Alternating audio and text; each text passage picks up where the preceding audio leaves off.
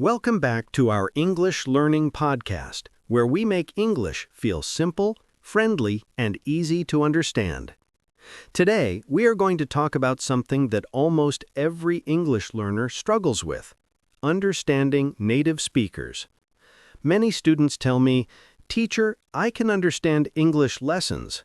I can understand slow English. I can understand subtitles. But when a native speaker talks fast in real life, I understand nothing."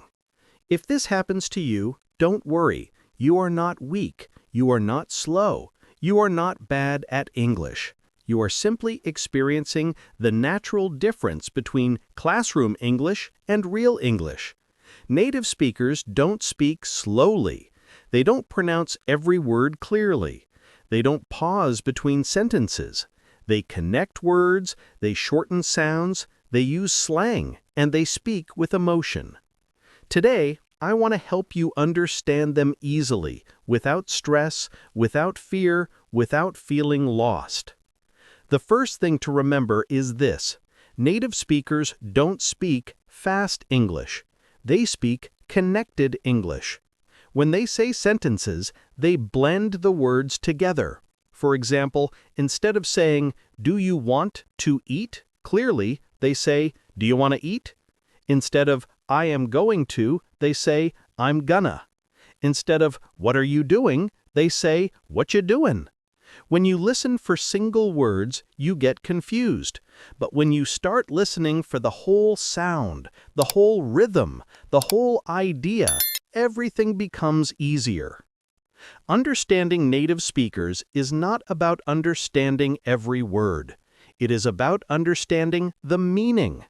You don't need to catch all the words. You only need to catch the important ones. This is how native speakers understand each other, too. They don't listen for every word. They listen for the message. Another important thing: your ears need training. Understanding native speakers is like exercising a muscle. If you listen only to slow English, your listening muscles stay weak. But when you start listening to natural English, even if you understand only 20% in the beginning, your brain starts learning the rhythm, the music, the flow of real speech. Slowly, 20% becomes 40%, then 60%, and one day, without noticing, you understand almost everything. One of the best ways to train your ears is shadowing. Listen to a short audio from a native speaker and repeat it immediately. This helps your tongue move like theirs, and when your mouth learns the rhythm, your ears learn it too. Your brain starts predicting the patterns of natural speech. That is why shadowing is powerful. It connects your listening and speaking together. You can also watch real-life videos, interviews, street conversations, podcasts, vlogs.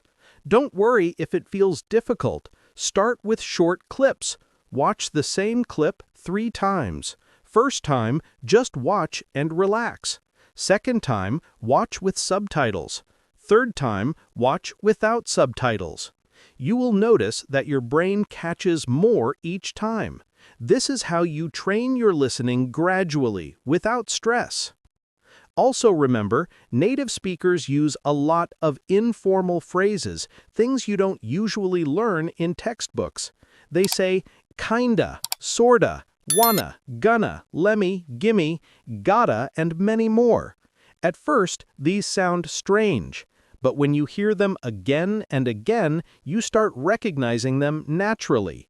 You don't need to memorize them, just expose your ears to them. Another tip: do not panic when you miss something. When you panic, your brain shuts down. You hear the sound, but your mind becomes blank. Instead, stay calm and let the sound flow. Focus on catching the key words, the main verbs, the main nouns, the emotion in the voice. Your brain is smart. It fills the missing pieces automatically. Native speakers do this too. Sometimes learners worry about different accents: American, British, Australian, Canadian, Indian. They say, "Teacher, how can I understand all accents?" You don't need to understand all of them perfectly. Even native speakers sometimes struggle with different accents. What you need is exposure. Listen to different voices. Listen to men, women, young people, older people. The more variety your ears receive, the stronger they become. Another powerful technique is predicting. When you listen to someone, don't wait passively. Try to guess what they are going to say. When you predict the topic, your brain understands faster. For example, if someone says, "Yesterday I went to the mall and," your brain already knows the next part will be about shopping, clothes, food, or something related. This prediction skill grows naturally when you listen more. And here is something important. Don't depend too much on subtitles. Subtitles are good for learning, but if you use them all the time, your brain becomes lazy. Try to watch 5 minutes without subtitles every day. Even if you understand little, it is okay. This small exercise will strengthen your ear muscles more than 1 hour of reading subtitles. Also, don't try to translate what you hear. When you translate, your brain becomes slow. You miss the next sentence because you're busy translating the previous one. Try to think in English while listening.